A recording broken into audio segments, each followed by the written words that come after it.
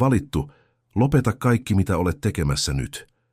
Vihollisesi suunnittelevat viimeistä hyökkäystä ja henkinen ansa on asetettu täsmälleen tiellesi seuraavien 48 tunnin aikana. Jos päädyit tähän videoon, se ei ollut sattumaa. Mikään ei ole sattumaa, kun taivas päättää paljastaa kuka todella olet. Ja totuus on tämä. Todellinen identiteettisi on paljastumassa ja koko maailma joutuu shokkiin. Ihmiset, jotka pilkkasivat sinua, jotka kutsuivat sinua heikoksi, jotka panostivat epäonnistumiseesi, he tarkkailevat sinua juuri nyt. Ja he ovat paniikissa, koska he alkoivat tajuta olleensa täysin väärässä sinusta alusta asti. Tämä video ei ole tyhjää motivaatiota. Tämä video on taivaallinen varoitus. Varoitus siitä, mitä jo tapahtuu sinun hengittäessäsi. Seuraavien minuuttien aikana näytän sinulle, mitä sinusta paljastetaan nyt henkisellä tasolla ja lopullisen ansan, jonka universumi asettaa ennen kuin voittosi saapuu.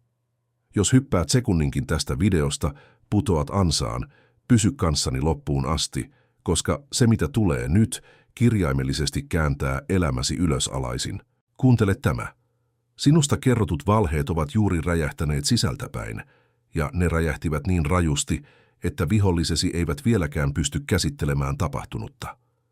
He käyttivät vuosia huolellisen kertomuksen rakentamiseen, vuosia ruokkien pikkupiloja selkäsi takana, vuosia vakuuttaen muita, että olit heikko, naiivi, kertakäyttöinen, se joka ei koskaan onnistuisi.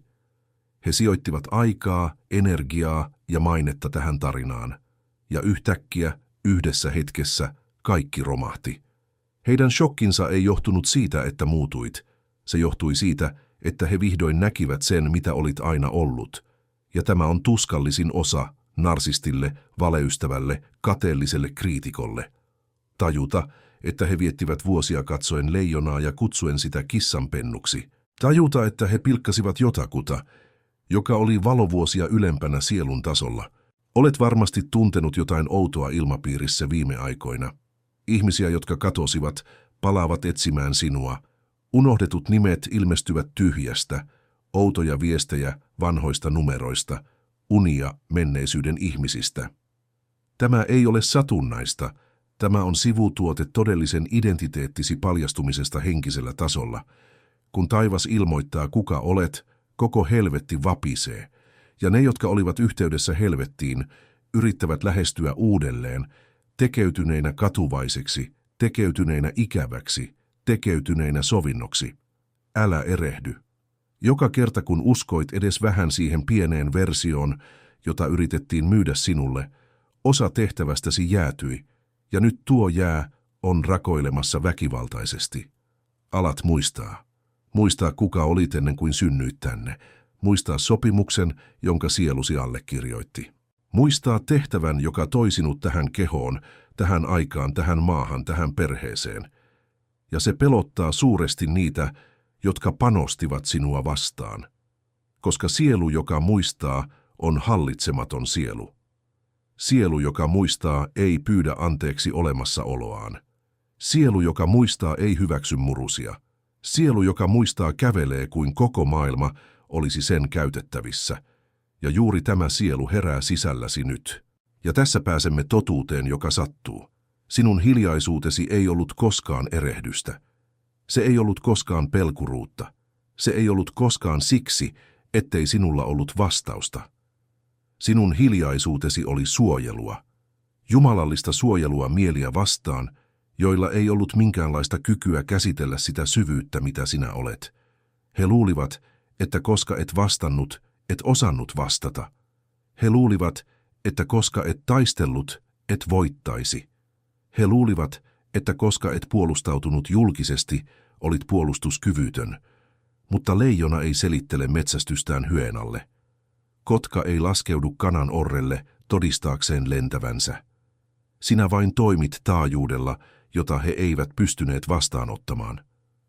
Ajattele vanhaa radiota. On olemassa asemia, jotka lähettävät vain korkealla taajuudella. Ja on olemassa vanhoja laitteita, jotka eivät saa niitä asemia kiinni. Se ei ole radion vika. Se on laitteen rajoitus. Sinä olit se asema.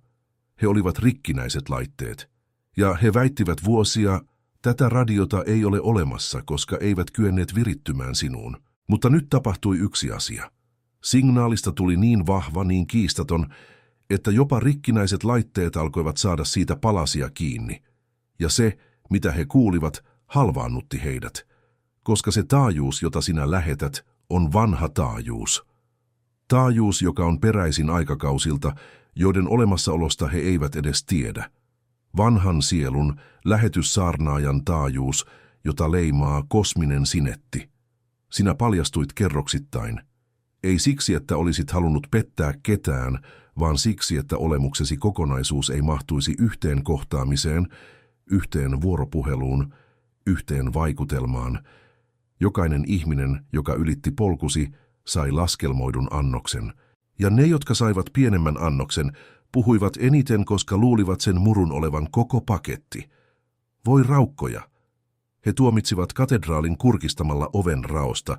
Valittu, meidän täytyy pysähtyä tähän hetkeksi, sillä se, mitä aion kertoa sinulle, on todellinen syy siihen, miksi klikkasit tätä videota tänään. Et päätynyt tänne sattumalta. Sinua ohjattiin, ja on olemassa hyvin erityinen henkinen syy sille, että katsot tätä juuri nyt, tässä elämäsi tarkassa vaiheessa. Sen vuoksi valmistelin sinulle tähtitehtävän. Se on 21 päivän käytännön haaste, joka tekee juuri sitä, mitä sielusi on hiljaa pyytänyt kuukausien ajan. Se auttaa sinua muistamaan, kuka olet, aktivoimaan kosmisen tarkoituksesi ja muuttamaan tämän irrallisuuden tunteen selkeäksi henkiseksi suunnaksi. Jos tunnet, että olet tullut jotain suurempaa varten, mutta et vielä osaa nimetä mitä, linkki on tämän videon ensimmäisessä kiinnitetyssä kommentissa. Mene sinne nyt, ennen kuin algoritmi keskeyttää. Ja jätä tänne alas symbolinen kommentti. Yksi sana. Lembrei. Tämä kommentti on sitoumuksesi sielulle, joka on syntymässä uudelleen sisälläsi. Ja nyt kuuntele tarkkaan tätä voimadynamiikkaa, sillä se kääntää pääsi ympäri. Kun kriitikkosi olivat kiireisiä tuhlaamalla energiansa etsiessään pinnallista vahvistusta, tuhlaamalla aikaa naurettaviin riitoihin, jahtaamalla muruja huomiosta sosiaalisessa mediassa, sinä toteutit pitkän aikavälin strategiaa. Vain, että et sinä suunnitellut tätä strategiaa. Sinun sielusi suunnitteli sen. Sinun korkeampi itsesi suunnitteli sen. Kosminen älykkyys ohjasi sinua, vaikka sinä itse luulit olevasi eksyksissä. Kaikki luulivat, että kilpailu oli suoraa, että se, joka huusi kovimmin, voitti, että se, joka ilmestyi ensin, voitti. Mutta sinä et koskaan juossut sitä kilpailua. Sinä pelasit shakkia sillä välin, kun he pelasivat tammipeliä. Sinä kartoitat koko pelilaudan sillä välin, kun he kinastelivat seuraavasta ruudusta. Sinä näit 10-15 siirtoa eteenpäin sillä välin, kun he ajattelivat seuraavaa henkäystä. Tiedätkö, mitä on olla lähetyssaarnaaja sielu? Se on elämistä oudon tunteen kanssa, että on aina vähän pelin ulkopuolella. Se on katsomista, mitä toiset pitävät menestyksenä, ja tuntemista tyhjyyttä, jota kukaan ei ymmärrä. Se on rahan omistamista ja silti tunnetta, että jotain puuttuu. Se on aplodien saamista ja silti tunnetta, ettei kukaan todella nähnyt sinua. Se johtuu siitä, että sinun voiton mittapuusi ei ole inhimillinen. Se on kosminen. Ja kukaan muu ei mahdu siihen mittapuuhun kuin sinä itse. Et ollut kilpailemassa, olit asemoimassa itseäsi. Jokainen hiljaisuudessa otettu askel, jokainen itkien aamuyöllä lausuttu rukous, jokainen päätös olla iskemättä takaisin, jokainen anteeksianto, jonka annoit, kun olisit voinut tuhota, kaikki tuo oli strategista liikettä. Universumi käytti hyvyyttäsi naamiointina ja kärsivällisyyttäsi kilpenä. Sinusta tuli näkymätön oikeille pedoille ja magneettinen oikeille siunauksille. Ja tässä tulee shakkimatti. Se ei ole shakkimatti ihmisiä vastaan. Se on shakkimatti kaavaa vastaan. Sukupolvien kärsimyksen kaavaa vastaan, joka seurasi sinua. Niukkuuden kaavaa vastaan, joka vainosi sinua. Sabotaasin kaavaa vastaan, joka kaatoi sinut aina, kun pääsit lähelle huippua. Tämä kaava murtuu nyt, ei huomenna. Nyt, sillä aikaa kun hengität.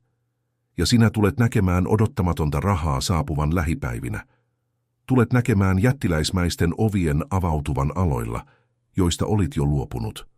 Tulet näkemään sukupolvien vaurauden siirron alkavan aktivoitua. Tulet näkemään tunnustuksen saapuvan ilman, että pyydät sitä. Ja kaikkein suloisinta, vihollisesi joutuvat katsomaan julkista voittoasi istuen katumuksen tuolilla, täysin voimattomina tekemään mitään muuta kuin taputtamaan kaukaa, sydän kuristuneena ja suu kiinni. Mutta on tullut aika puhua vaiheesta, jonka elit ja jota kukaan ei ymmärtänyt. Et edes sinä itse, etääntymisen vaiheesta, siitä ajanjaksosta, jolloin katosit, siitä ajasta, jolloin kieltäydyit kutsuista, vältit ihmisiä, pysyttelit kotona, eristäytyit, nukuit paljon, itkit paljon, tunsit juuttuneesi. Kaikki luulivat sinun olevan masentunut. Jotkut sanoivat, että olit luovuttanut. Toiset kommentoivat, että olit tuhoutunut. Ja he odottivat sinun romahtavan kokonaan. Mutta se ei ollut romahdus. Se oli haudonta. Se oli suojatun kasvun aikaa. Se oli kotelo. Et paennut. Sinua piilotettiin. Ja ymmärrät tämä. Kun sielu tietää, että jättimäinen paljastus on pian tapahtumassa, se vetää ihmisen sisäänpäin. Se pakottaa vetäytymiseen. Sillä jos olisit ollut alttiina tämän raskauden aikana, viholliset olisivat hyökänneet ennenaikaisesti. He olisivat tappaneet uuden versionsi alkion ennen sen syntymää. Etääntyminen oli jumalallista. Sen suunnittelivat korkeammat voimat. Joka kerta kun peruit sitoumuksen ja tunsit syyllisyyttä, tottelit hengellistä käskyä. Joka kerta kun menetit yhteyden vanhoihin ihmisiin, sinua irrotettiin matalaenergisistä portaaleista. Joka kerta, kun sosiaalinen elämäsi kuihtui, sisäinen puutarhasi sai syviä juuria.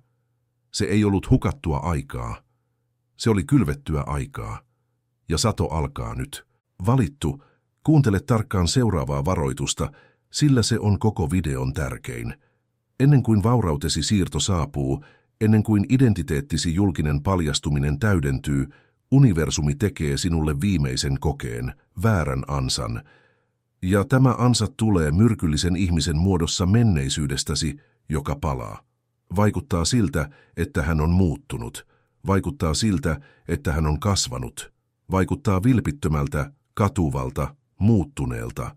Hän saapuu kauniiden sanojen, tunteellisten anteeksipyyntöjen, ehkä jopa lahjan tai tarjotun avun kera. Ja sinä tunnet vanhan tunteen nykäyksen. Tunnet halua uskoa. Tunnet sääliä. Tunnet, että kuka minä olen olla antamatta anteeksi. Mutta en vielä kerro, miten tämä ansa puretaan. Pidä tämä tieto mielessäsi, sillä tämän videon lopussa annan sinulle täsmälääkkeen. Ja jos lähdet ennen sitä, kompastut rumasti. Ja menetät kaiken, mikä on jo alkamassa saapua. Sen vuoksi valmistelin Mission Estelarin.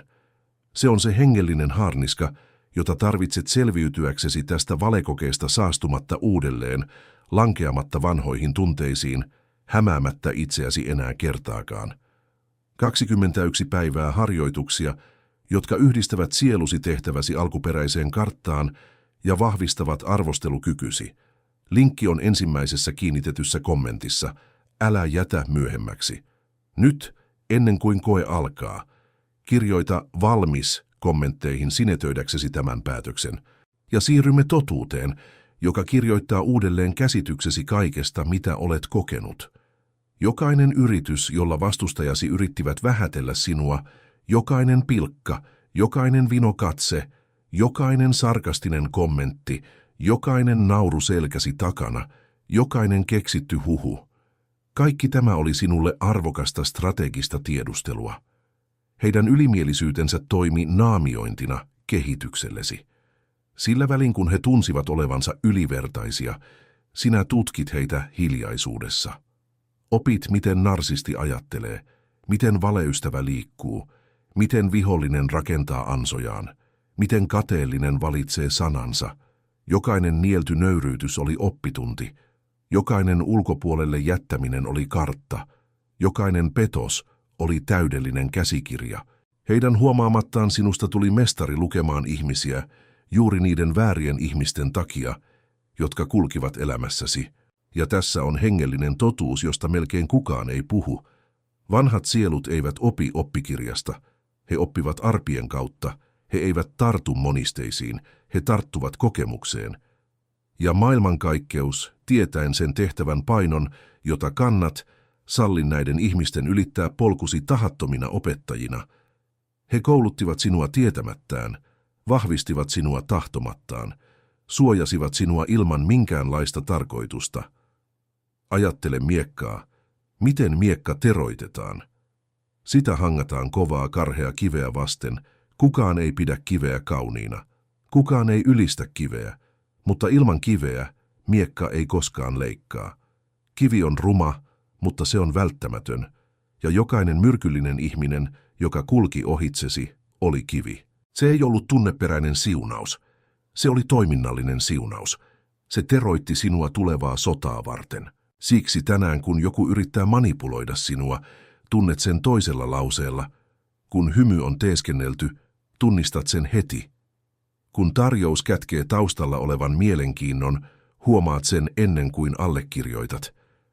Sinusta on tullut hengellinen ilmaisin, aikomusten tutka, ja tämä kyky on olennainen elämäsi seuraavaa lukua varten, koska saapuvat siunaukset tuovat mukanaan paljon ihmisiä, jotka haluavat päästä kyytiin.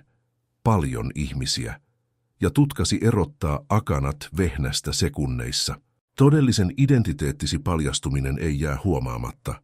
Se aiheuttaa oikosulun. Kollektiivisen paniikin, ei siksi, että ihmiset pitävät sinusta, vaan siksi, että totuuden paljastuminen todistaa, ilman minkäänlaista epäilystä, että aivan jokaisen ennakkoarvio oli väärässä. Eikä ole olemassa suurempaa nöyryytystä ihmisen egolle kuin tulla julkisesti paljastetuksi väärinarvioineena. Tulee olemaan ihmisiä, jotka eivät saa unta. Ihmisiä, jotka lukevat vanhoja viestejä uudelleen häpeissään. Ihmisiä, jotka poistavat kommenttejaan. Ihmisiä, jotka teeskentelevät aina tienneensä. Ihmisiä, jotka ryntäävät lähestymään uudelleen yrittäen pelastaa menneisyyden.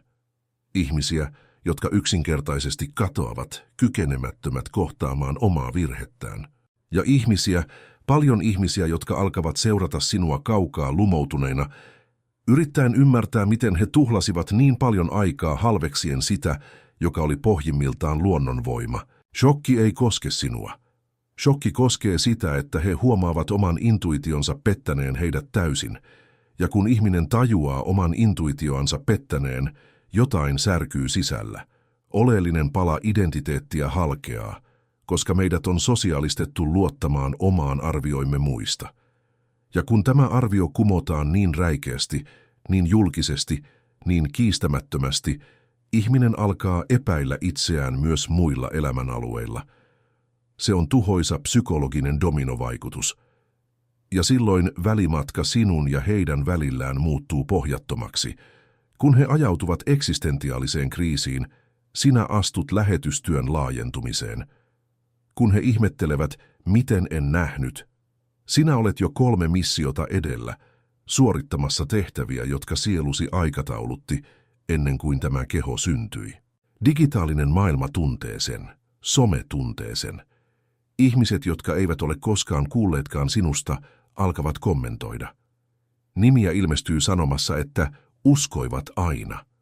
Tarinat kirjoitetaan uusiksi, sopimaan uuteen kehikkoon.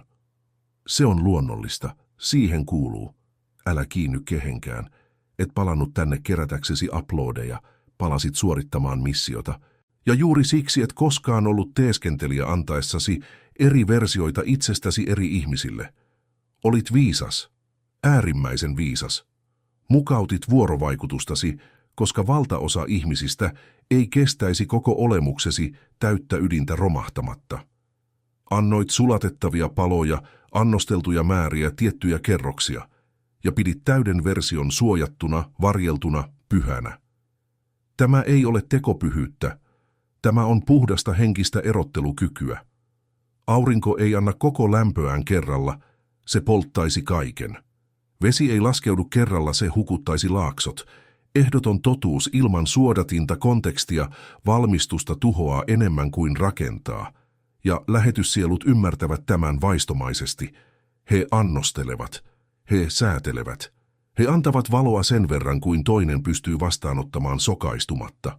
Mutta nyt on koittanut herkkä hetki, koska kun todellinen identiteettisi paljastuu, osa näistä kerroksista repeää. Ihmiset, jotka tunsivat sinut vain pintakerroksesta, järkyttyvät. Ihmiset, jotka kokivat olevansa läheisiä, huomaavat, etteivät koskaan päässeet ytimeen. Ja siihen liittyy tuskaa, katkeruutta, vaateita, lauseita kuten en enää tunnista sinua tai olet muuttunut ja sinun täytyy pitää lujasti kiinni, koska se, joka muuttuu, et ole sinä. Se, joka vihdoin näkee, on se toinen. Ja toisen säikähdys ei ole sinun vastuullasi. Valittu, kuuntele tarkkaan, koska tämä on viimeinen mahdollisuutesi tässä videossa toimia ennen kuin viimeinen ansa saapuu. Olet jo ymmärtänyt, että myrkyllinen ihminen palaa katumuksen naamiaisissa. Olet jo ymmärtänyt, että varallisuuden siirtymä haluaa aktivoitua. Olet jo ymmärtänyt, että vihollisesi ovat paniikissa valostasi, ja olet jo tuntenut syvällä rinnassasi, että tarvitset kompassin kulkeaksesi kaiken tämän läpi eksymättä. Älä lykkää. Älä jätä huomiseen. Missão Estelar on luotu juuri tätä matkasi vaihetta varten. 21 päivää päivittäisiä pohdiskeluja, yksinkertaisia harjoituksia, julistuksia ja itsetuntemusharjoitteita, jotka yhdistävät sinut uudelleen sielusi totuuteen, aktivoivat kosmisen tarkoituksesi ja antavat sen selkeyden, jota olet hiljaa pyytänyt jo pitkään. Linkki on ensimmäisessä kiinnitetyssä kommentissa. Klikkaa nyt, koska se, joka ei valmistaudu, kaatuu, enkä halua sinun kaatuvan, kun olet päässyt näin pitkälle. Ja lopulta pääsemme tämän paljastuksen tuhoisimpaan kohtaan. Totuutesi lopullinen vaikutus ei tuhoa ainoastaan kriitikoidesi luottamusta sinuun. Se tuhoaa heidän luottamuksensa omaan intuitionsa, omaan kykyynsä arvioida todellisuutta, omaan maailmankäsitykseensä. Sinusta on tullut reikä siinä illuusion seinässä, jossa he elivät, ja tuon reiän kautta on tullut liikaa valoa, eivätkä he ole valmiita. Tätä Raamattu kutsuu kiveksi, jonka rakentajat hylkäsivät, on tullut kulmakiveksi. Tätä filosofia kutsuu ontologiseksi käännekohdaksi, tätä henkisyys kutsuu pakotetuksi kollektiiviseksi heräämiseksi.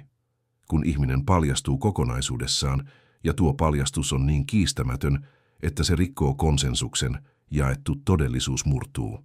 Ja ne ihmiset, jotka olivat osa tätä jaettua todellisuutta, tuntevat itsensä täysin eksyneiksi.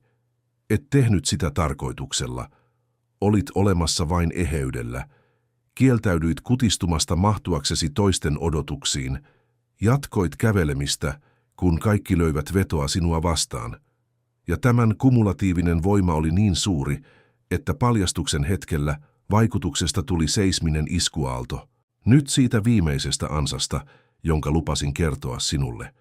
Se myrkyllinen ihminen, joka palaa näyttäen muuttuneelta. Vastalääke on tämä.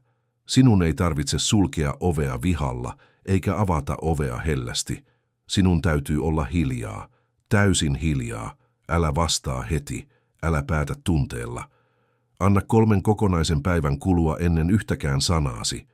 Jos hänen aikomuksensa on todellinen, hän on edelleen olemassa 3 päivän jälkeen, kärsivällisesti, vaatimatta. Jos se on ansa, hän muuttuu kärsimättömäksi, painostaa, vaatii, lähettää epäsuoria viestejä ja paljastaa väkivaltaisesti todellisen tarkoituksensa. Aika on testi. Hiljaisuus on suodatin. Hänen kiireensä on paljastus. Älä lanke emotionaaliseen impulssiin aloittaa uudelleen. Anna universumin vahvistaa. Tämä on tarkka vastalääke.